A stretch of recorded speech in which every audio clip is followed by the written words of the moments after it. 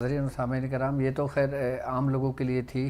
اب میں آپ لوگوں کا سفر ان خاص لوگوں تک لے کے جانا چاہتا ہوں کہ وہ خاص لوگ کہ جن لوگوں نے سورہ قریش کو 313 بار 40 دن پڑھا، 1111 مرتبہ 40 دن پڑھا، 1900 مرتبہ پڑھا، اور اس کے بعد انہوں نے 1.25 لاکھ کئی مرتبہ کر لیے، اور اس کے بعد ان لوگوں نے سورہ قریش کی دعوات بھی دی اور دعوات بھی وہ پڑھ رہے ہیں۔ تو اب آپ کو سورہ قریش کی اجازت کہاں سے ہوئی، کس کی اجازت سے آپ پڑھ رہے ہیں، اب ہم اس کے متعلق گفتگو کرتے ہیں۔ تو سب سے پہلے اگر میں سورہ قریش کے متعلق بات کروں تو آپ جتنے بھی تمام ناظرین اور یہ پورا کاروان جو ہے، یہ پورا لشکر جو ہے، یہ تمام کے تمام جو کمانڈ ہے، یہ میرے مرشد کے ہی ہاتھ میں اس کی کمانڈ ہے، اور آپ لوگ جو بھی کچھ پڑھ رہے ہیں سورہ قریش جتنی تعداد میں پڑھ رہے ہیں وہ سب کے سب میاں حضور کی اجازت سے پڑھ رہے ہیں۔ تو میاں حضور نے اپنی زندگی میں اس کو کتنا پڑھا اور کون کون بزرگ اس سورہ قریش کے صاحب دعوات بزرگ گزرے، آپ سنیں اور پھر اپنے آپ پہ رشک کریں کہ آپ کس سلسلے سے آپ بیعت ہیں اور کس سلسلے سے آپ اس کارواں میں جڑے ہوئے ہیں۔ تو آپ یہ بتائیے کہ آپ سورہ قریش کا عمل آپ نے کب کیا تھا اور اس کو کتنا آپ کے ورد میں تھا، کہ آپ کے معمولات خاص میں ہے یہ؟ اس کی اجازت 3 جگہ سے ہوئی۔ اس کی اجازت آپ کو 3 جگہوں سے ہوئی ہے۔ خواجہ منظور حسین شاہ صاحب رحمۃ اللہ علیہ سے، پیر عرفان علی شاہ صاحب رحمۃ اللہ علیہ سے، اور خواجہ عثمان علی شاہ صاحب رحمۃ اللہ علیہ سے۔ خواجہ منظور حسین شاہ صاحب خود اس کے بہت بہترین زبردست عامل تھے سورہ قریش کے۔ خواجہ منظور حسین شاہ صاحب اور خاندان شتاریہ سے آپ کو اس کی اجازت تھی، اور مداریہ سے، شتاریہ خاندان اور شتاریہ خاندان سے ان کا شجرہ جو ہے وہ حضرت غوث محمد گوالیہ رحمۃ اللہ علیہ سے ملتا ہے۔ غوث محمد گوالیہ رحمۃ اللہ علیہ۔ دوسری بات، پیر عرفان علی شاہ صاحب، ان کو سورہ قریش کی اجازت جو تھی ان کے والد سے تھی، سید مظفر حسین شاہ صاحب جو تھے، اور ان کو اجازت 2 جگہ سے تھی۔ ایک اپنے خاندان سے، وہ حضرت شاہ ولی اللہ کے خاندان سے تھے۔ شاہ ولی اللہ کے خاندان سے پیر عرفان علی شاہ صاحب تھے، ان سے اجازت ہوئی؟ ان کے خاندانی اجازت تھی قریش کی۔ یعنی کہ شاہ ولی اللہ کے خاندان میں بھی صاحب دعوات بزرگ گزرے ہیں سورہ قریش کے۔ سورہ قریش کی آج پورا دیوبند سورہ قریش کو پڑھتا ہے۔ جی، آپ نے ذکر کیا اپنے اس میں ویڈیو میں اس کا۔ اس کے بعد پیر عرفان علی شاہ صاحب کے جو والد تھے، ان کو ان کے پیر و مرشد حضرت مولانا فضل الرحمان گنج مراد آبادی رحمۃ اللہ علیہ سے اس کی اجازت تھی۔ حضرت فضل الرحمان گنج مراد آبادی، مطلب ہندوستان کا ایک بڑا سلسلہ ہے گنج مراد آباد کا جو ہے، بہت بڑا سلسلہ ہے۔ یہ رحمانی سلسلہ بھی کہلاتا ہے نا؟ رحمانی سلسلہ، نقش بندی رحمانی، نقش بندی رحمانی کہلاتا ہے سلسلہ ہے۔ خواجہ عثمان علی شاہ صاحب رحمۃ اللہ تعالیٰ علیہ کو اس کی اجازت اپنے پیر و مرشد شاہ محمد حسن شاہ صاحب رحمۃ اللہ علیہ سے تھی،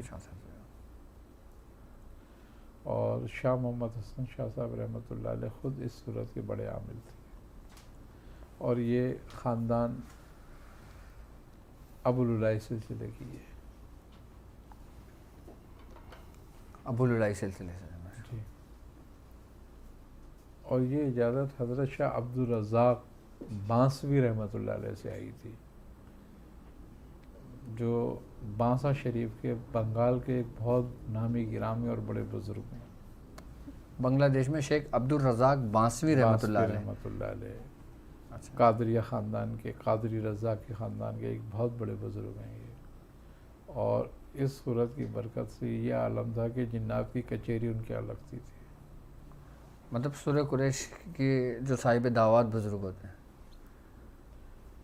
سورہ قریش کی یہ خاص بات ہے کہ اس کا عامل اگر جنات اگر ہے، اصل جنات موجود ہے کسی پر، تو وہ صرف اپنا سلام کہلوا دے کہ جاؤ فلاں نے مجھے تمہیں سلام کہا ہے، تو جنات ان کا سلام سن کے بھاگ جاتے ہیں۔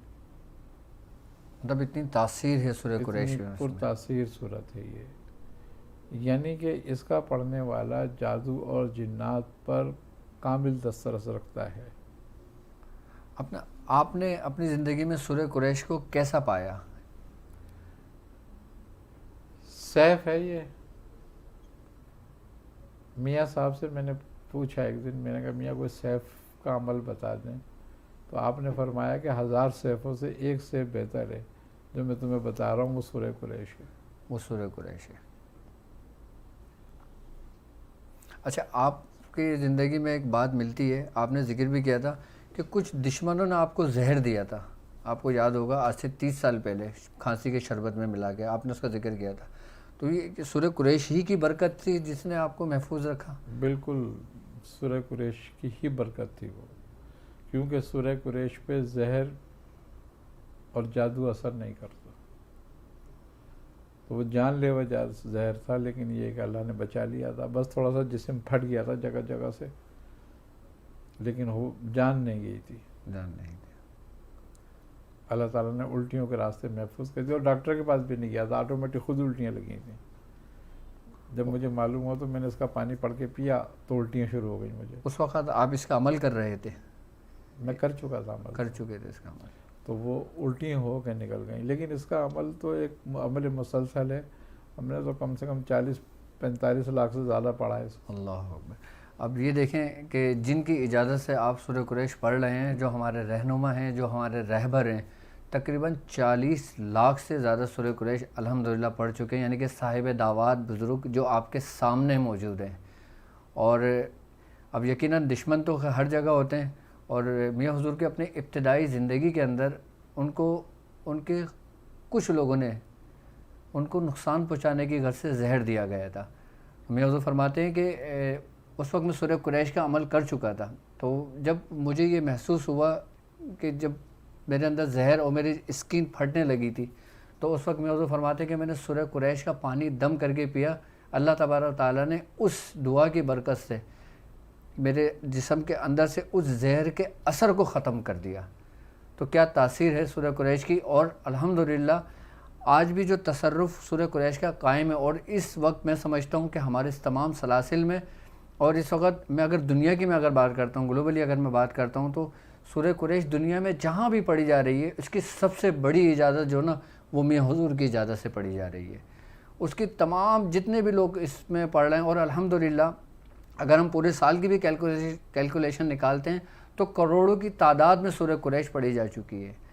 اب اس کارواں کے اندر جتنے لوگ سورہ قریش پڑھ رہے ہیں، اب یقیناً وہ ایک نور کی صورت بن کر وہ اپنے اصل ہی کی جانب آ رہا ہے، اور آپ کے اصل ہی آپ کے سامنے موجود ہیں، اور باقی آپ لوگ بھی مزید سورہ قریش کی اجازت بھی لے سکتے ہیں، پڑھ بھی سکتے ہیں، اور اپنے ایمان کو، اپنے یقین کو کامل بھی کر سکتے ہیں آپ۔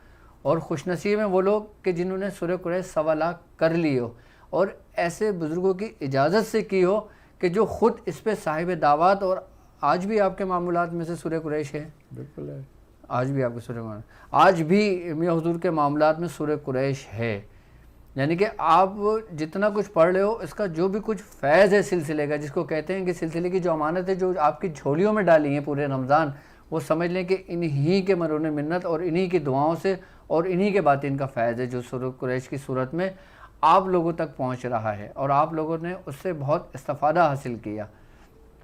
اچھا میاں حضور، ہمارے سسٹم، ہمارے جو سلسلہ ہے جو چل رہا ہے، اس میں ہماری جو انہوں نے ہر لحاظ سے ہماری وہ کری ہے، ہمارے سسٹم میں ہے، تو ڈاکٹر رما وہ آپ کو اسپیشلی سلام کہتی ہیں، اور وہ ایک سوال کہتی ہیں کہ میاں حضور سے صرف میرے متعلق ایک سوال پوچھ لیجئے گا کہ مرید کو کبھی اپنے استاد سے قربت اور کبھی بہت فاصلہ محسوس ہوتا ہے، کیا یہ مرید کی اپنی باطنی حالت پر مبنی ہے، یا مرشد خود قریب اور دور کرتا ہے اپنے مرید کو؟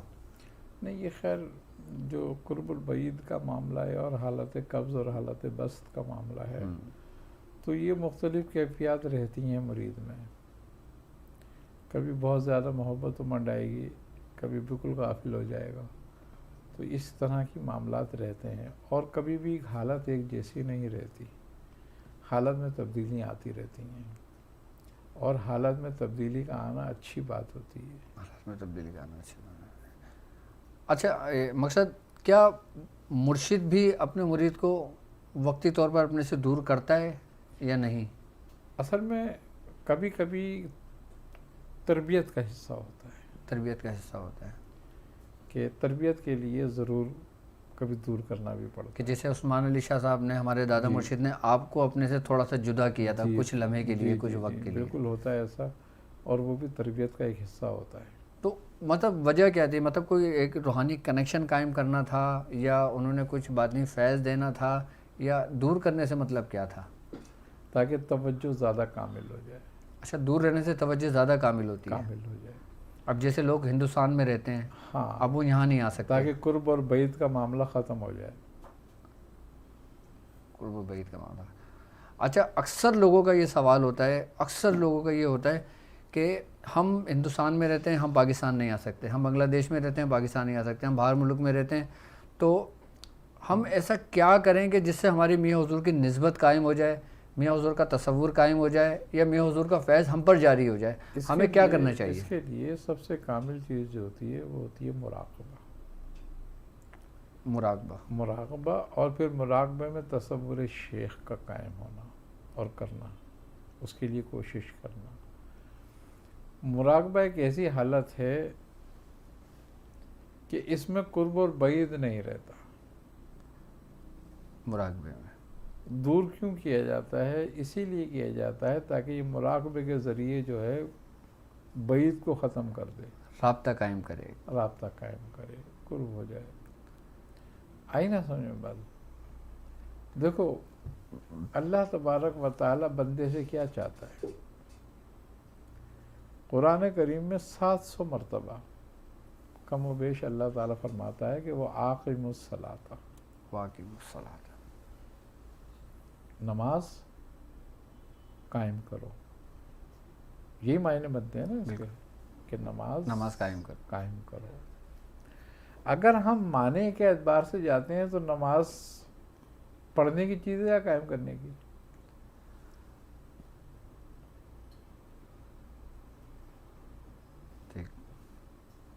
کسی سے سنا کہ بھئی مسجد جا رہا ہوں نماز قائم کرنے کے لیے؟ نماز پڑھنے جا رہا ہوں، تو لوگوں کو یہ زیادہ پڑھنے جا رہا ہوں، نماز پڑھانے جا رہا ہوں، قائم کرنے تو کوئی بھی نہیں جاتا. تو کیا مقصد ہوا؟ پھر کیوں کہہ رہا ہے اللہ تعالیٰ وَأَقِمُوا الصَّلَاةَ، واقعی الصلاۃ، قائم کرو نماز. صلاۃ بیسیکلی جو ہے وہ ہے سل سے، سل سے، اس کا اصل مادہ سل ہے، اور سل کے معنی ہے رابطے کے. رابطے کے. تو مفہوم پورا کیا ہوا؟ رابطہ قائم کرو. رابطہ قائم کرو. مقصد اللہ تبارک و تعالیٰ نے آپ کو سب سے پہلا حکم ہی رابطہ قائم کرنے کا دیا ہے، اور ہم اسی سے غفلت ہو کے بیٹھے اسی سے غافل ہیں. اب اللہ ہمارے نظر کے سامنے ہے؟ نہیں ہے نا. اب ہمیں رابطہ بھی قائم کرنا ہے. تو اللہ غیب میں ہے نا ہم سے تو. صحیح. اسی لیے کہا گیا وہ یؤمنون بالغیب، ایمان لا صاحب غیب کے. مگر کس طرح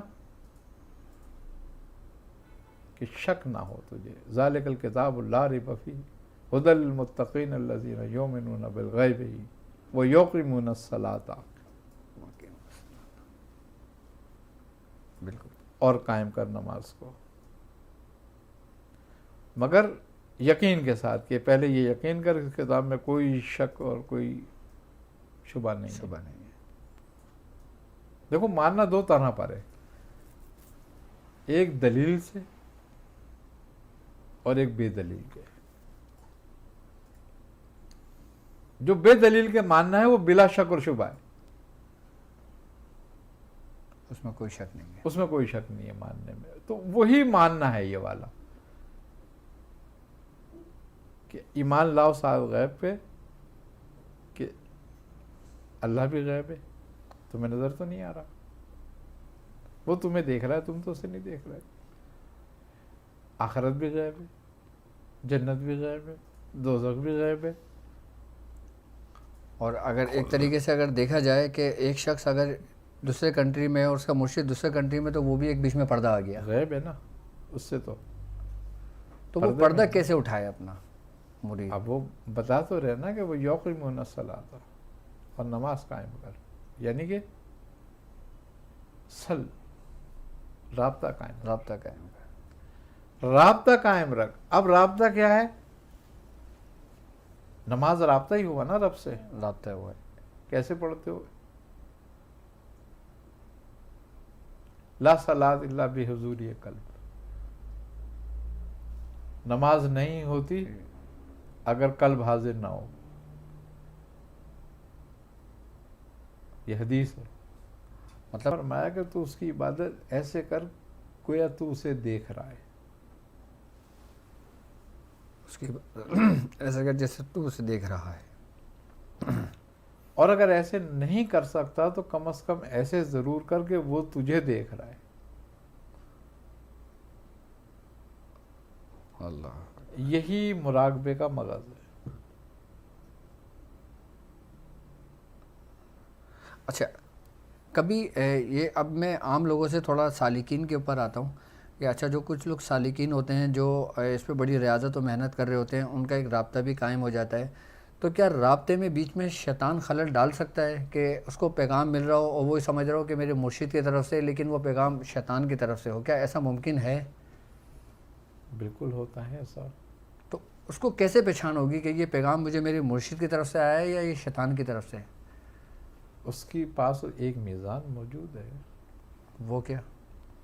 وہ ہے شریعت اور وہ ہے سنت. کہ جو پیغام سنت اور شریعت سے نہ ٹکرائے بس اس پر عمل کرے. اچھا، جو سنت کے اور مطابق شریعت ہو سے اس کو اپنا لے. ٹکرائے، بالکل اپنا لے. اور جو شریعت اور سنت کے خلاف ہو اس کو پھینک دے. اچھا، جیسے مرشد نے اس کو نیند کی حالت میں، غنودگی کی حالت میں، خواب کی حالت میں اس کو اپنے شاگرد کو، مرید کو بتایا کہ تم اسم یا اللہ پڑھو یا سمد پڑھو یا یہ پڑھو، تو کیا اس کو پڑھنا چاہیے یا نہیں؟ وہ بالکل پڑھ سکتا ہے. مطلب اس کو ہدایت دی گئی ہے کہ تم نے یہ بالکل پڑھنا ہدایت ہے. دی گئی ہے کیونکہ اس کے پڑھنے میں کوئی کبھات نہیں ہے. تو وہ تعداد کا تعین کیسے کرے؟ تعداد کا تعین کرنا بھی بڑا آسان ہوتا ہے. اس کا بھی طریقہ بتا دیں لوگ. اور ماشاءاللہ آج کی ٹرانسمیشن خاص تعین کیسے کریں گے ہم اس عدد کا، اس اسم کا؟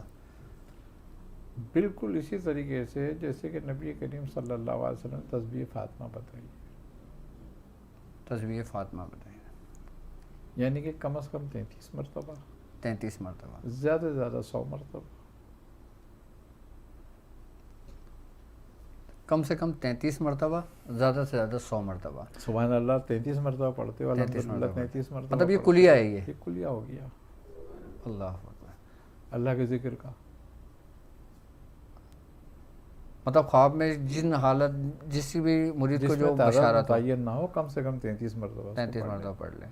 اور اگر کوئی صورت متعین کی گئی ہے کہ یہ صورت پڑھ لو تو اس کو کم از کم ایک بار پڑھ لیں. ایک بار پڑھ لیں، یا 33 کو مفرد عدد میں لے کر آ جائے. ایک عدد 6 ہو میں گیا. 6 مرتبہ پڑھ لے. اگر جیسے کوئی سورہ یاسین جس کو حکم ہوا ہے تو وہ 6 بار پڑھ لے یا اس طریقے سے پڑھ لے. تو یہ اس کا کلیہ